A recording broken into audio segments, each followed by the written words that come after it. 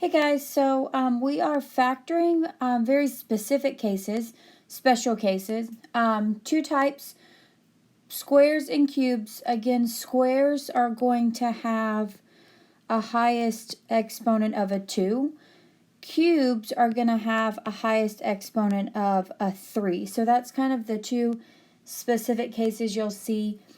Really, out of the squares, the only one that you have to necessarily memorize is what's called difference of squares. Notice with difference of squares, there is a subtraction sign between them. This only works for x squared minus a squared.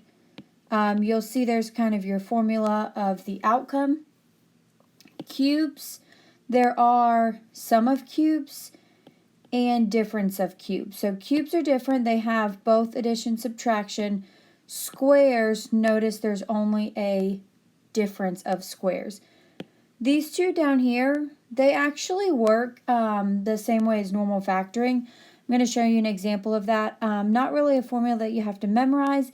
It will provide you with shortcuts later on as you continue into Math 102 and Math 110. So here's our first example. Completely factor the polynomials. 25 minus 9x squared. So first thing I notice, this is a squared. It's the highest degree. So it's going to be the squared formulas here on the left. Now this has a perfect square minus a perfect square. So what I'm going to actually do is I'm going to rewrite 25 as 5 times 5. Perfect squares meaning that they are multiplied by the same thing. So 25 would be a perfect square because it is 5 squared. I'm also going to rewrite 9 to be 3 times 3 and x as x times x. So what I'm going to actually do here, the formula says you are going to split these things up. So I'm going to put 1, 5 here, 1, 5 here. I'm going to put 1, 3 in the first one, 1, 3 in the second one, 1x in the first one, 1x in the second one. And notice back here at the formula, I have 1 positive, 1 negative, 1 positive, 1 negative. That's pretty much what the formula says. The formula says rewrite it as their perfect squares, and then you have x and x, and then if this is a squared, you have a and a. So that would be your final answer down here. 5 plus 3x, 5 minus 3x. You do have to keep that order consistent. Now, it doesn't matter if you flip it, if you write it like this.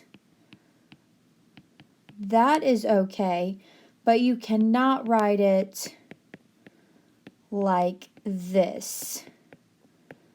That is not correct because notice this term and this term are not the same. So do not make that mistake. Order of the actual parentheses doesn't matter, but order inside the parentheses has to be consistent with the question. All right, so here's another one. I'm going to rewrite this thing as 16 as 4 times 4, and then of course y as y times y.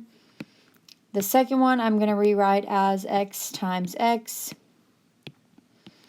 And then my parentheses are going to be 1 4y here, 1 4y here, 1x, 1x, and then of course addition and subtraction. Again, order of the parentheses doesn't matter. Order inside does matter.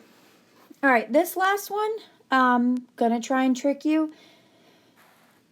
First thing you may be tempted to do is write, well, 9 is 3 times 3 and 4 is 2 times 2. However, that addition sign right there tells you you can't do anything with that.